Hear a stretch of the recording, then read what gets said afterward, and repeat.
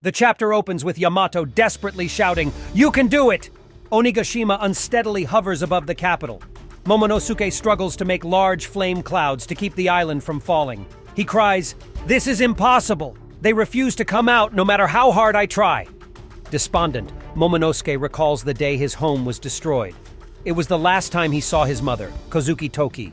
In his memory, she orders him to flee 20 years into the future and revive the Kozuki clan. Little Momonosuke sobs hysterically, screaming, "I can't!" and shakily pleads for her and his sister Hiyori to come with him.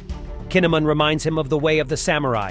In the land of Wano, when one suffers a great failure, they forfeit their life. So, to doubt his mother at such a moment is shameful. Kinemon exclaims, "No man should question the resolve of a woman who speaks with such conviction." Momonosuke blubbers, "I'm not a man, I'm just a kid." Kinemon retorts that with Odin gone, Momonosuke isn't just his heir anymore. Upon hearing these words, the men hit the floor with a thud and bow to a bewildered Momonosuke. Kinemon, with tears flooding his eyes, begs the young shogun to give them another chance to fight and die with honor. He cries, "I would do anything to wield my sword for you, my lord." Although Momonosuke's body trembles with reluctance to leave his family, he turns his crying face to his mother and chokes out, I will be on my way now." In the present day, Momonosuke regains his conviction and declares, "I would never be able to face Mother if I left things like this." He continues to push away Onigashima from the flower capital, but time is running out. Meanwhile, on the roof of the Skull Dome, Kaidou is impressed that Luffy was able to grab lightning. Luffy uses a new move called Gomu Gomu Lightning to hurl the bolt at Kaidou. Kaidou sidesteps the attack, saying, "You can keep playing around if you want," as he smacks Luffy with Hasekai, sending him flying. Luffy grabs another lightning bolt midair and uses his inflated leg as leverage to spin around the bolt and slingshot back to Kaidou.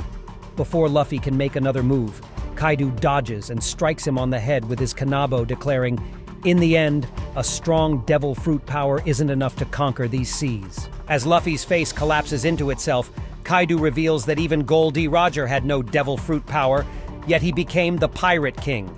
Kaidou sends Luffy plummeting, but because of his awakening, his rubbery body bounces back up from the ground. Kaidou prepares to strike him again, yelling that to conquer the seas, only Haki can overcome all. Kaidou hits Luffy with the Daitoku Raime Hake attack, which injures him and sends him hurtling once more. Nevertheless, Luffy manages to grab Kaidou and drags him up to the sky with him. Kaidou tries to break free from Luffy's grip to no avail and morphs into his full dragon form. He blasts Luffy with Tatsumaki Kaifu and delights in his discovery of Luffy's vulnerability. Kaidou cackles. "Seems you're still weak to slashing attacks." Below, the people of the flower capital dance and smile, watching their sky lanterns float up above.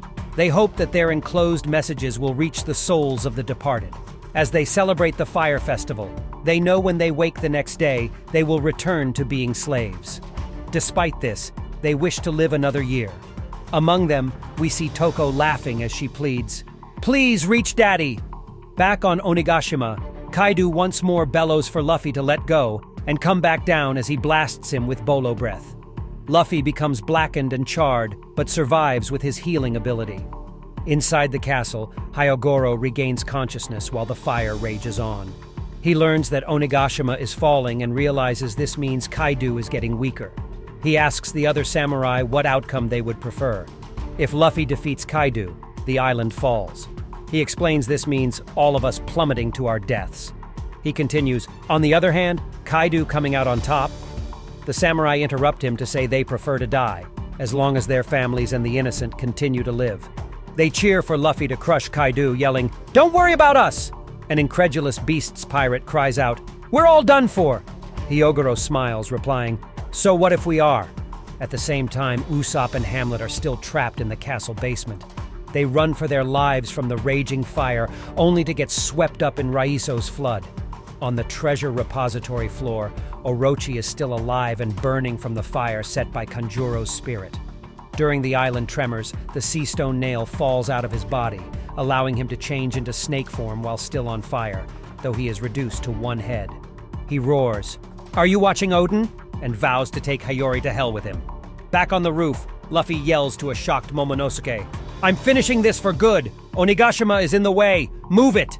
He inflates his hockey-coated hand to an enormous size and balls it into a fist to strike Kaidou. Yamato screams, "Is he prepared to punch through the island?"